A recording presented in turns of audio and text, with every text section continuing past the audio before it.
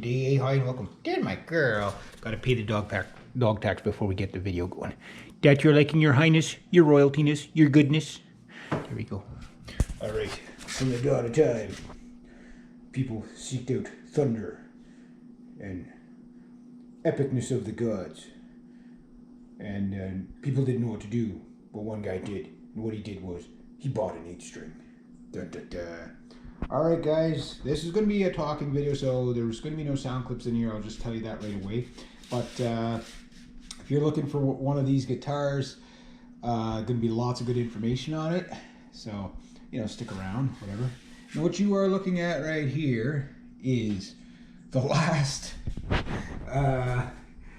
if you're in Canada like me, this is probably the last LTD EC-258. The 256 is the 6-string, the 257 is the 7-string, and the 258 is the 8-string. This is an LTD 8-string. It's an Eclipse model, that's hence the EC. We're going to go over the specs and everything like that. There's some specs I couldn't get.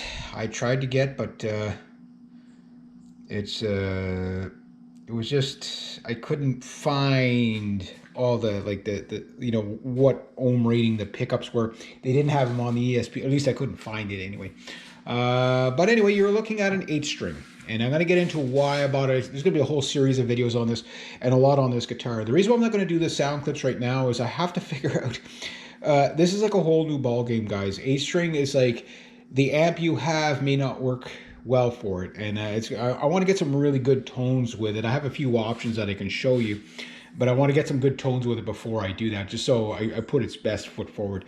That said, what are you looking at? Okay, so you are looking at a you know, ESP LTD, might as well just say LTD, 8-string, mahogany body, neck, set neck, like a neck through construction, Jabota fingerboard, 22 nickel fret, I believe they're nickel frets, jumbo frets, with binding. It's black binding, so it doesn't look like the neck's bound, but it's a U-style shaped neck.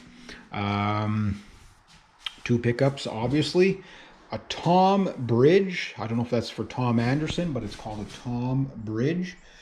You have a push-pull pot, 1 tone. 2 volumes. I don't know why they went with 2 volumes and 1 tone. I think it would have been better 2 tones and 1 volume, or just 1 tone and 1 volume with the push-pull. I would have been happy with that, but that's what they went with, and that's what you get. 3-way selector switch. Little tip on these switches, so I'll probably mention it again, but if you want these switches to last, whether you have a Gibson Les Paul, an Epiphone Les Paul, or any sort of guitar, or any of these LTDs or ESPs with these type of switches, leave them in the center when you're not using them. They'll last much longer, but we'll get into why that is.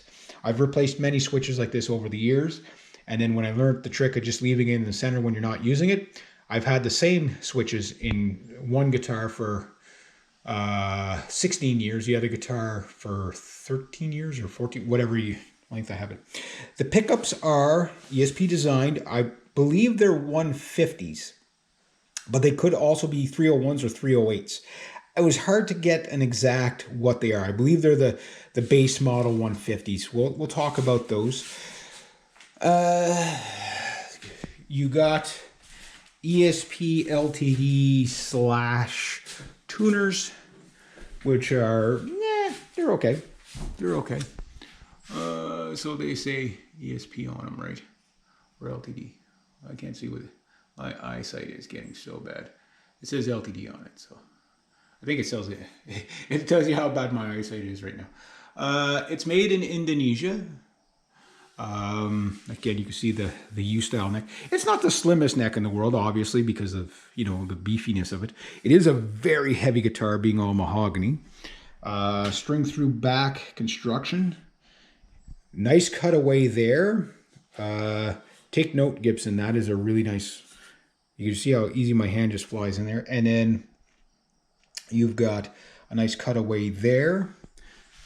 I wish they would have went a little bit bigger with the strap pegs, but they seem to do the job. The body's a tad bit thinner than your average Les Paul. It is a satin finish, obviously, on this one. And it basically, we'll see how the satin fit with, pinstriping. There's the other, if you need to see it, strap button. And a very nice, quarter-inch jack there. The way that I like the style of it. It's not just a square plate and whatever. Black hardware. Yeah, the push-pull pot already. Very nice push-pull pot. And yeah, I think that's all the specs. Again, I don't know what ohm ratings they are. They are fairly high output pickups. They're very clean and everything like that. And that's basically it. The neck is pretty flat and wide, as you would imagine, being an 8-string. I originally didn't want an 8-string until I saw a couple of people sell me on them. There was a guy, he had the upper end ESP LTD model. There's 3 models of this 8-string. There's this one. And then there's the ebony fingerboard one that's like $2,000, and then there's the ESP one that's like $9 gazillion or whatever. And with the upper end ones have the white binding on them.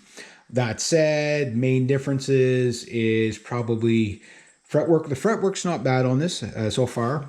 No dead notes that I can find. The Jabota fingerboard is.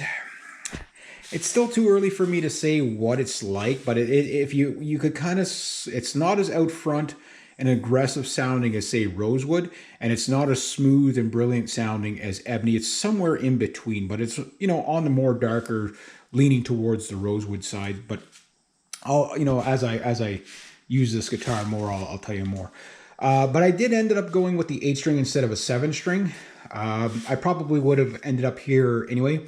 Now, the big question first off, let me tell you where I bought it. I bought it at the art store, and I'm going to give these guys a plug because they treated me very well. This guitar only took 4 days to get to my place. This was the last one. It said "Pick Me" in the shape of a pick. That is like cool. $8.99, as you can see.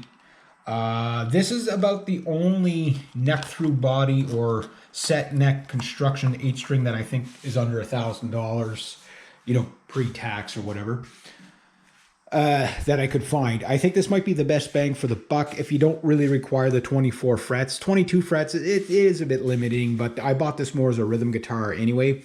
The scale length. Duh. There you go. 26.5, which many 7-strings are 26.5. So this is on the shorter side of an 8-string scale length.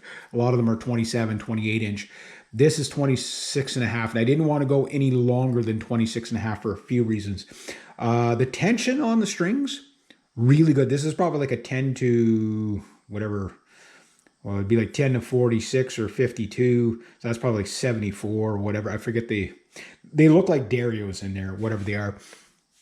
When I got the guitar, it played as if nobody had ever picked it up before. And 4 days traveling through the mail, and the thing showed up almost like 90% in tune.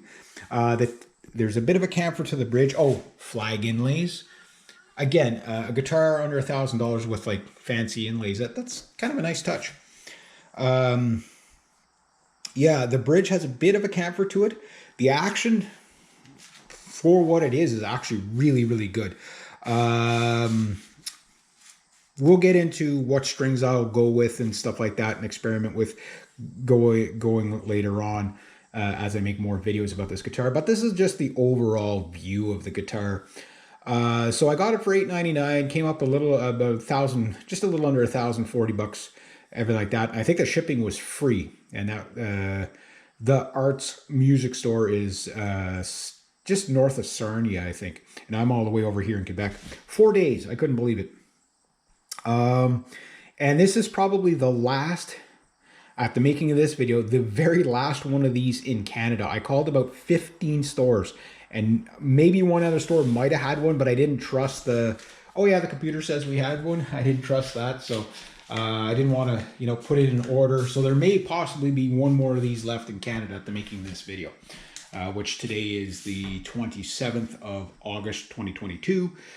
So this may pertain to you or not. It is heavy.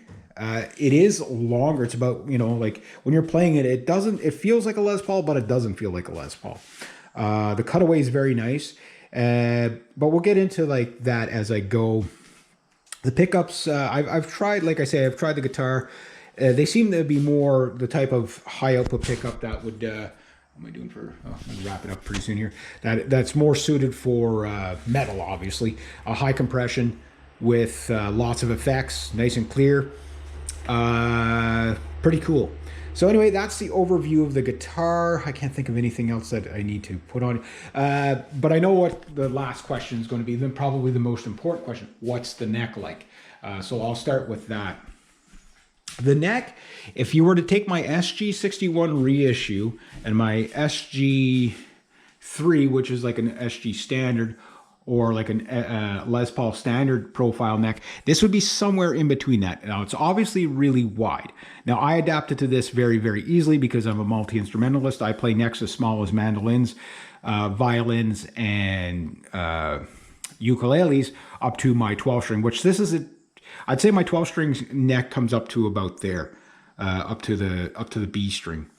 But anyway, yeah, it's this is the longest. To give you an idea of what this guitar is like a little bit, you know, from online stuff, I'll wrap it up right here. This is the most experience I have playing an 8-string. The only other 8-string I tried was a Jackson 8-string, and I'll tell you about it in the next video.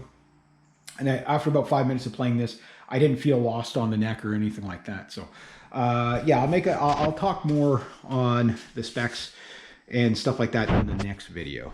There we go.